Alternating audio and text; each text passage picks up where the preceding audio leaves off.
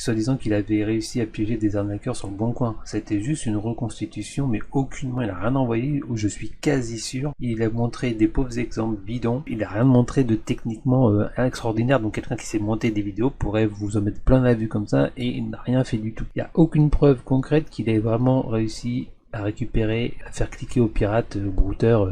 C'est peut-être des pirates, c'est peut-être des salauds qui veulent les donner, qui veulent l'argent, mais c'est des malins, ils vont pas se faire avoir par un truc aussi basique. S'il vous plaît, pas les prendre pour des cons. Ils connaissent les rudiments, franchement, faut...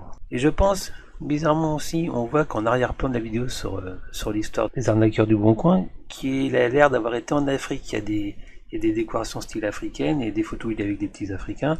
Donc ça lui a peut-être donné cette idée, justement, il est en Afrique, il a eu cette idée, ou quelqu'un de sa famille travaille en Afrique, et ça lui a permis de monter en place cette vidéo. Après, pour les captures d'écran, on en trouve sur internet, hein, même des vidéos de brouteurs, ou de personnes d'origine africaine qui sont en Afrique, et qui sont filmées dans le cybercafé, hein.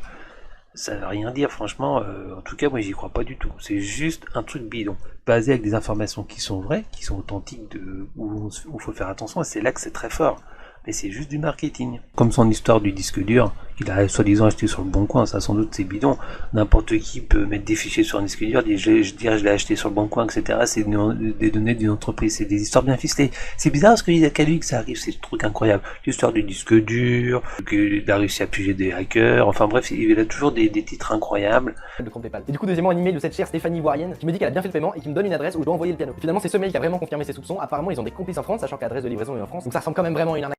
Donc là, il y a encore quelque chose qui colle pas, c'est que normalement, ce mail-là, c'est arrivé comme Icode a envoyé le cheval de Troie, sur lequel ils ont cliqué les pirates. Donc 14 janvier. Et ce qui va pas, c'est l'exécutable qui permet de s'infiltrer dans le PC des pirates, c'est 15 janvier à 19h05.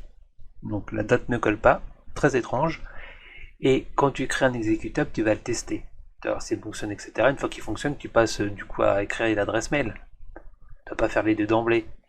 Et ce qui est bizarre, c'est qu'il n'y a qu'une minute de différence entre les deux. Il y a deux incohérences énormes, plus bien sûr le doute où qu'on voit bien que ça n'a pas l'air d'être vrai parce que si c'était vrai, il parle de réseau organisé et puis il se montre comme ça visage découvert, il n'a pas peur pour sa sécurité, donc c'est clairement que c'est juste bidon. C'est une bonne reconstitution avec des informations.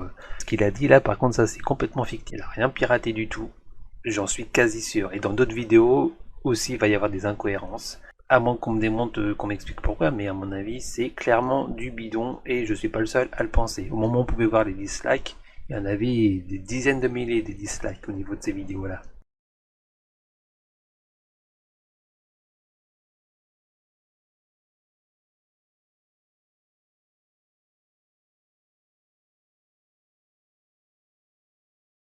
Oh, regardez, moi aussi j'ai créé mon application, mon cheval de Troie, mon adresse mail. Waouh, je vais pouvoir m'en servir sur les brouteurs. Regardez, je vais aller dans Options de dossier, dans Affichage, masquer les extensions de fichiers. Et là on voit que c'est un exécutable, là c'est un TXT. Oh bah attendez, je vais mettre un TXT alors. Je clique, oh bah y a rien dedans. Allez, je remets EXE pour faire croire que c'est un bon petit programme. Notamment je cache les extensions et j'ai mon programme.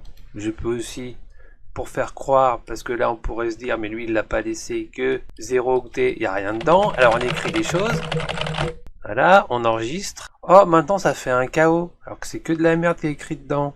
Ah bah oui, mon programme il est efficace. Attendez, un KO c'est un petit programme, on va en rajouter un petit peu, voilà, et puis là on prend tout, et on fait d'autres collés, ou alors on fait CTRL-D, on fait comme ça, voilà, ferme, ah mon programme il fait 8 KO, 8 kilooctets, oh là là, quel cheval de Troie, mon Dieu!